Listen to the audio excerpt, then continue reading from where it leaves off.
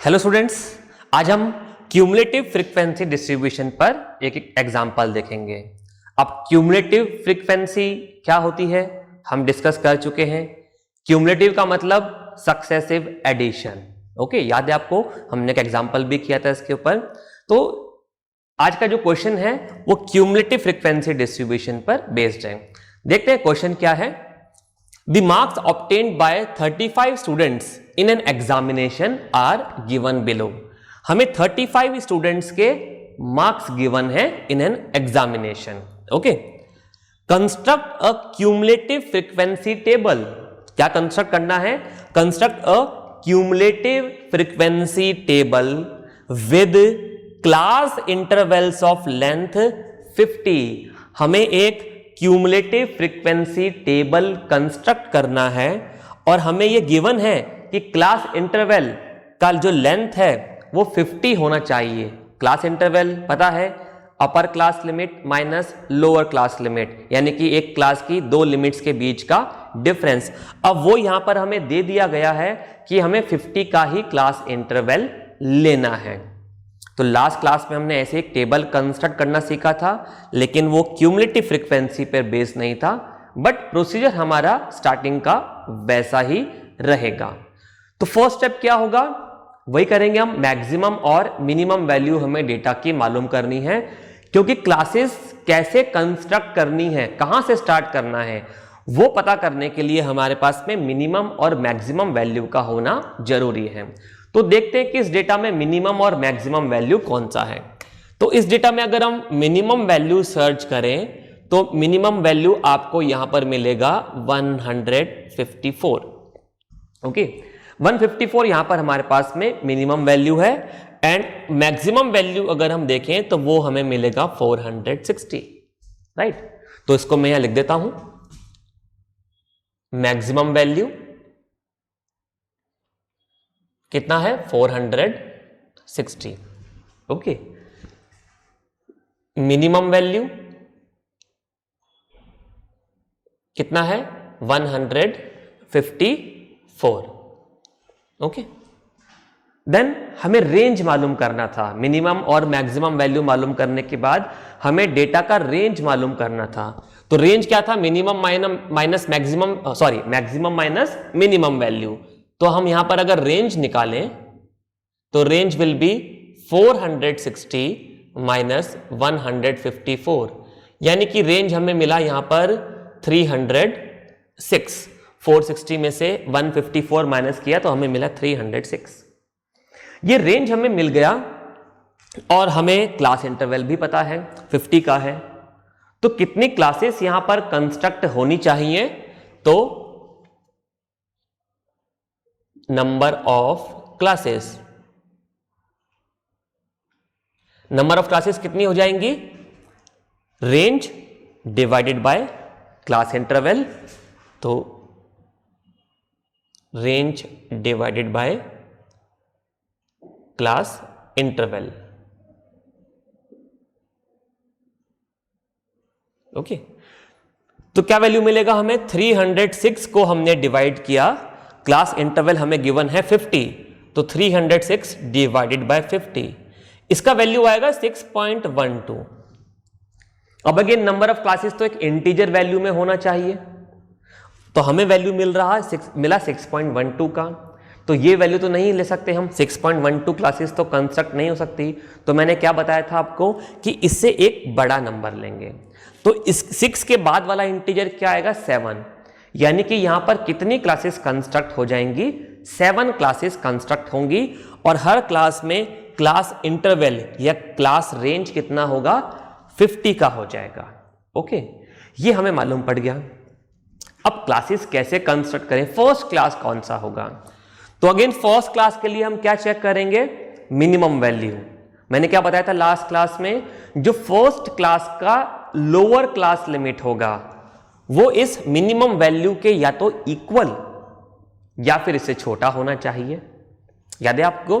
तो हमारे पास में मिनिमम वैल्यू कितना है? 154। अब हमारा जो क्लासेस कंस्ट्रक्ट होंगी उसमें फर्स्ट क्लास का लोअर क्लास लिमिट या तो इसके इक्वल या इससे छोटा हो। अब कौन सा वैल्यू लें, इक्वल लें कि इससे छोटा लें? तो देखिए क्लास इंटरवल यहां पर 50 का है, ओके।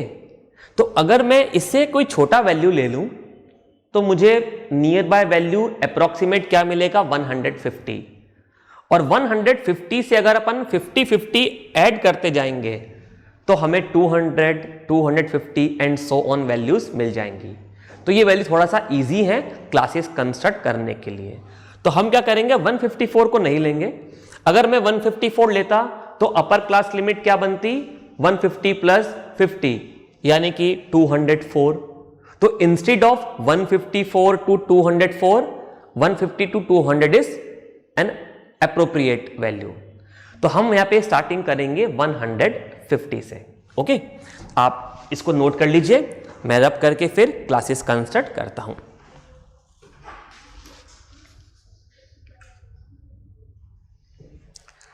ओके, तो आपने नोट कर लिया होगा, इसको मैं रब कर देता हूं। अब हम क्यूमुलेटिव फ्रीक्वेंसी डिस्ट्रीब्यूशन कंस्ट्रक्ट करते हैं यहां पर।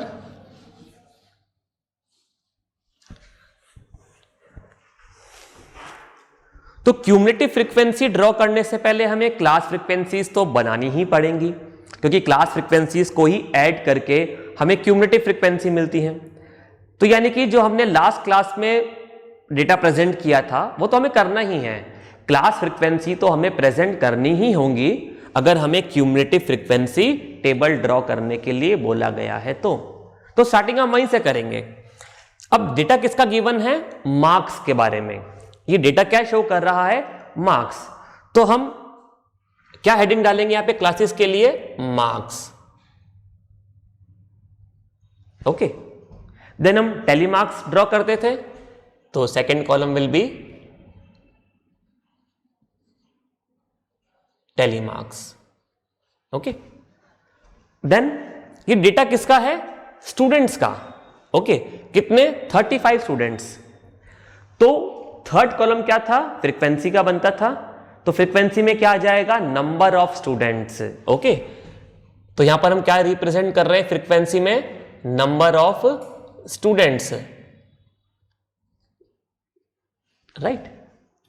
And then number of students मालूम करने के बाद में हम मालूम करेंगे, क्या मालूम करना था हमें, क्यूमुलेटिव फ्रीक्वेंसी टेबल ड्रॉ करना था।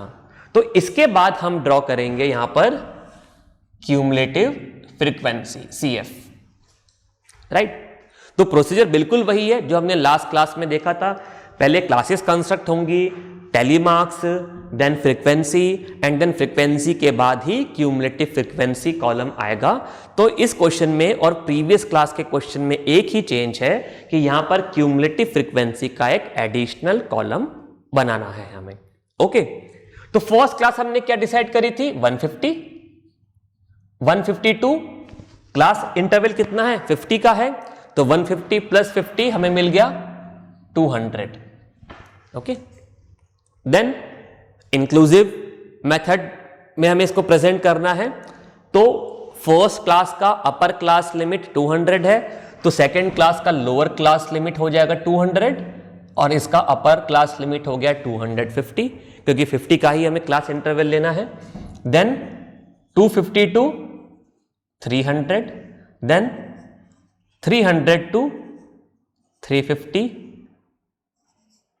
350 टू 400, 400 टू 450 एंड 450 टू 500। हमने नंबर ऑफ क्लासेस अभी कितनी कैलकुलेट करी थी, 7। तो देखिए कितनी बन गई, 1 2 3 4 5 6 7, 7 ही हमें कंस्ट्रक्ट करनी थी। मैक्सिमम वैल्यू हमने क्या मालूम करी थी, 460। चेक कीजिए कि क्या 460 इस लास्ट क्लास में इंक्लूड हो जाएगा, बिल्कुल हो जाएगा। 460 450 से बड़ा है और 500 से छोटा है, तो हमारी मिनिमम वैल्यू फर्स्ट क्लास में इंक्लूड हो रही है, मैक्सिमम वैल्यू लास्ट क्लास में इंक्लूड हो रही है। तो हम एक बार फ्रीक्वेंसीज ड्रॉ करने से पहले इसको चेक जरूर कर लेंगे कि क्या हमारी क्लासेस में ये दोनों वैल्यूज इंक्लूड हो रही हैं। अगर ये दोनों हो रही हैं तो बाकी की तो ऑब्वियसली सारी वैल्यूज इंक्लूड होंगी ही, क्योंकि बाकी की वैल्यूज 154 के इक्वल या उससे बड़ी होंगी। और 460 के इक्वल या उससे छोटी होंगी तो वो तो यहां पर इंक्लूड हो ही जाएंगी। ये चेक करने के बाद अब हम आगे बढ़ते हैं, हमें टैली मार्क्स मालूम करने हैं। तो फर्स्ट क्लास क्या है 150 से 200, तो कौन सी वैल्यूज चेक करेंगे हम गिवन डेटा में 150 के इक्वल या उससे बड़ी लेकिन 200 से छोटी वैल्यूज। ओके, तो देखते हैं ऐसी कौन सी वैल्यूज हैं जो 150 से बड़ी हैं लेकिन 200 से छोटी हैं। तो फर्स्ट रो में हमें कोई वैल्यू नहीं मिली, सेकंड में भी नहीं मिली, देन थर्ड रो में हमें एक वैल्यू मिली 178, इसी रेंज में आएगा। Okay, then 175 second value, then 154 third value. Okay, बस तो हमें तीन वैल्यूज नहीं, अभी फर्स्ट रो में है 175, तीन वैल्यूज मिल गई थी, ये फोर्थ वैल्यू। ओके, देन 170, ये भी इसी क्लास में आएगा। तो कितनी मिली 1 2 3 4 5 वैल्यूज मिली। 5 वैल्यूज के लिए टैली मार्क्स कैसे बनाते हैं याद है आपको, 1 2 3 4 मैंने बार्स यहां पर ड्रॉ कर दिए एंड देन फिफ्थ के लिए मैंने इसको क्रॉस कर दिया। ओके, तो ये मैंने फर्स्ट क्लास का फ्रीक्वेंसी मालूम कर लिया। सेकेंड क्लास 200 से 250, तो कौन सी वैल्यूज लेनी है जो 200 के इक्वल या उससे बड़ी हैं लेकिन 250 से छोटी हैं। ओके, तो देखते हैं ऐसी कौन सी वैल्यूज हैं। 290 290 नहीं आएगा इस रेंज में, 200 से 250। ओके, तो फर्स्ट रो में हमें कोई वैल्यू नहीं मिला, देन सेकेंड रो चेक करते हैं, सेकेंड रो में भी कोई वैल्यू नहीं है। थर्ड रो 241, फर्स्ट वैल्यू हमें मिला 241 जो इसी रेंज में आ रहा है, एक वैल्यू हमें मिल गया 261 बड़ा है इससे।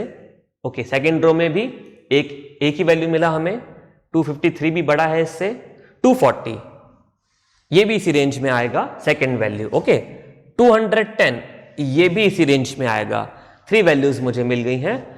देन लास्ट रो में कोई वैल्यू नहीं है, तो मुझे यहां पे 3 वैल्यूज मिली, तो मैंने 3 टैली मार्क्स यहां पर ड्रॉ कर दिए। राइट, थर्ड क्लास 252 300, यानी कि 250 के इक्वल या उससे बड़ी वैल्यूज लेकिन 300 से छोटी वैल्यूज। तो चेक करते हैं कौन सी वैल्यूज हैं। 290 ये फर्स्ट वैल्यू में मिल गया, ये 300 से छोटा है। देन फर्स्ट रो में और कोई वैल्यू नहीं है। देन सेकेंड रो में 275 भी इसी रेंज में आएगा, 2 वैल्यूज हमें मिल गई। देन 288 भी इसी रेंज में आएगा, 3 वैल्यूज। 261 भी इसी रेंज में आएगा, 4 वैल्यूज। 253 भी इसी रेंज में आएगा, 5 वैल्यूज। एंड लास्ट क्लास में एक भी नहीं है। तो अगेन मुझे 5 वैल्यूज ऐसी मिली जो इसी क्लास इंटरवल में लाई कर रही थी, तो 1 2 3 4 and 5। Then 300 to 350, greater than और equal to 300 but less than 350। Check करते हैं कौन सी वैल्यूज होंगी। तो फर्स्ट वैल्यू तो नहीं होगी, 300 to 350 एक वैल्यू मिल गई। देन ओके, फर्स्ट रो में एक ही वैल्यू है। सेकेंड रो में चेक करते हैं 315, 2 वैल्यूज मिल गई। 305 3 values. 325 4 values. Okay, then 4 values हमें मिली हैं।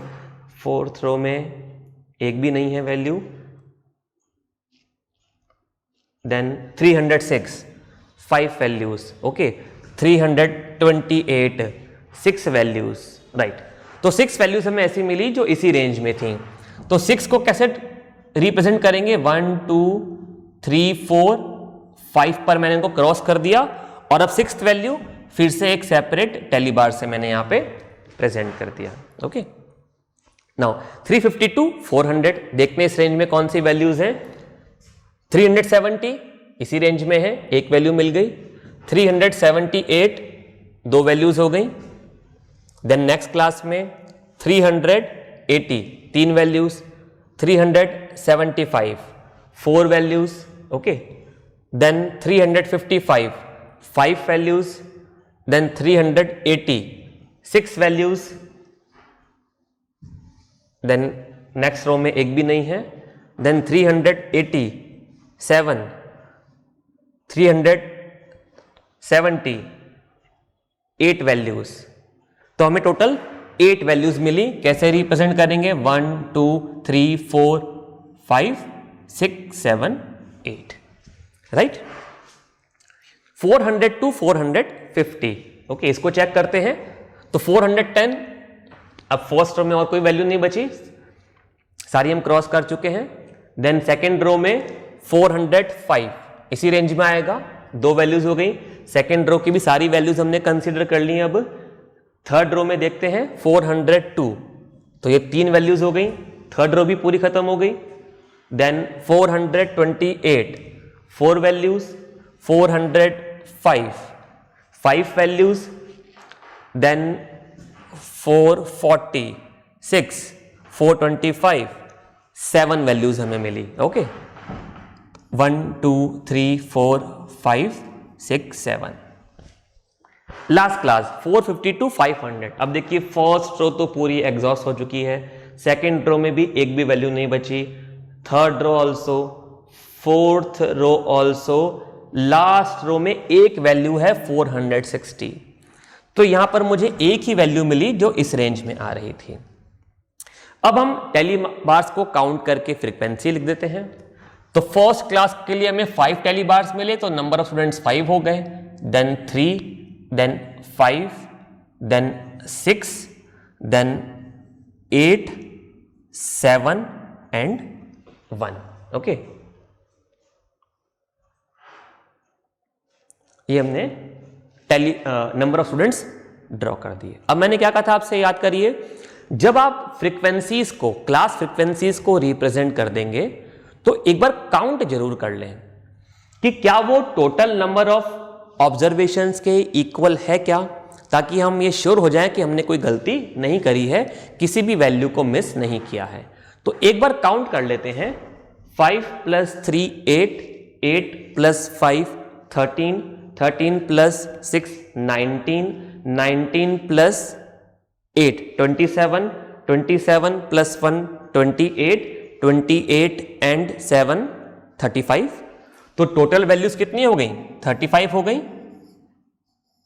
और हमें 35 स्टूडेंट्स का ही डेटा गिवन था, तो हम श्योर हैं कि हमने सारी वैल्यूज को कंसीडर कर लिया है, कोई वैल्यू हमसे मिस नहीं हुई है। अब हमें क्यूमुलेटिव फ्रीक्वेंसी मालूम करनी है। तो याद कीजिए, फर्स्ट क्लास की क्यूमुलेटिव फ्रीक्वेंसी क्या होती थी? Same as that of class frequency. Okay, तो फर्स्ट क्लास के लिए क्लास फ्रीक्वेंसी 5 है, तो क्यूमुलेटिव फ्रीक्वेंसी भी 5 ही होगी। सेकेंड क्लास की क्यूमुलेटिव फ्रीक्वेंसी क्या होगी? फर्स्ट क्लास की क्यूमुलेटिव फ्रीक्वेंसी और उसके बाद वाली सेकेंड क्लास की क्लास फ्रीक्वेंसी का सम, या फिर फर्स्ट और सेकेंड क्लास की क्लास फ्रीक्वेंसीज का सम। तो कितना आएगा? 8, 5 + 3 8, 5 + 3। ओके, देन थर्ड क्लास के लिए क्यूमुलेटिव फ्रीक्वेंसी, इसके पहले वाली क्लास तक की क्यूमुलेटिव फ्रीक्वेंसी और प्लस इस क्लास की क्लास फ्रीक्वेंसी। तो कितना मिला? 8 + 5 13, 8 + 5, देन 13 + 6, 13 + 6 19, 13 + 6। ओके, देन 19 + 8, 19 + 8 27,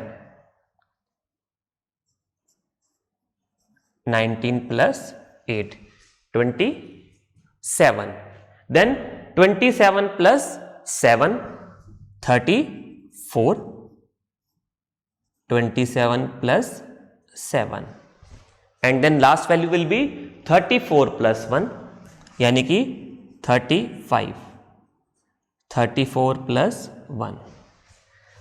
और मैंने आपको बताया था कि लास्ट क्यूमुलेटिव फ्रीक्वेंसी और सम ऑफ ऑल क्लास फ्रीक्वेंसीज हमेशा इक्वल आना चाहिए। तो देखिए यहां पर 35 आपका लास्ट क्यूमुलेटिव फ्रीक्वेंसी है, और 35 ही आपका सम ऑफ ऑल क्लास फ्रीक्वेंसीज है। दोनों वैल्यूज मैच कर रही हैं, यानी कि हमने ठीक क्यूमुलेटिव फ्रीक्वेंसीज कंस्ट्रक्ट करी है। तो ये हो गया क्यूमुलेटिव फ्रीक्वेंसी टेबल। टेबल क्यों बोला?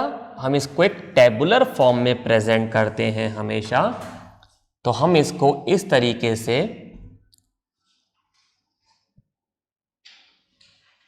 एक टेबुलर फॉर्म में प्रेजेंट कर देंगे। ओके,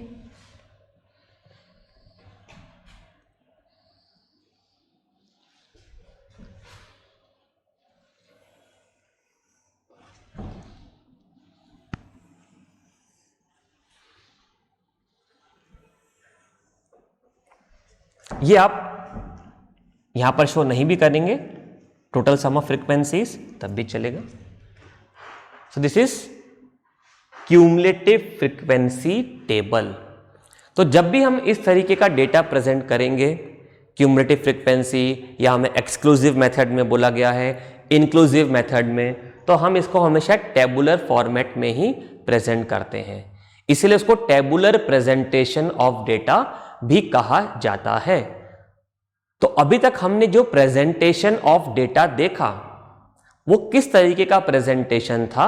वो टेबुलर प्रेजेंटेशन ऑफ डेटा था, क्योंकि हम डेटा को एक टेबल की फॉर्म में, यानी कि कुछ कॉलम्स एंड रोज की फॉर्म में प्रेजेंट कर रहे हैं।